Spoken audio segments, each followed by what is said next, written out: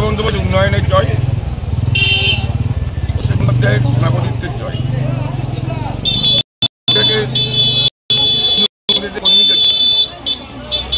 সকলে মিলে আমরা চেষ্টা করেছি, আমরা রেজাল্ট দিই।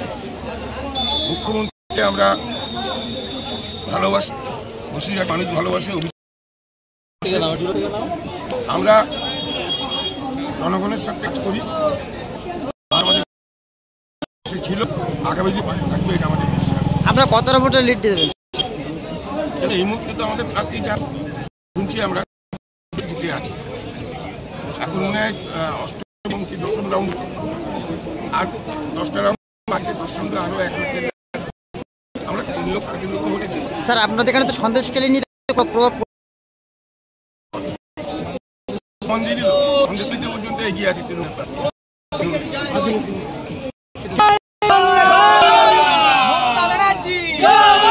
অভিষেক ব্যানার্জি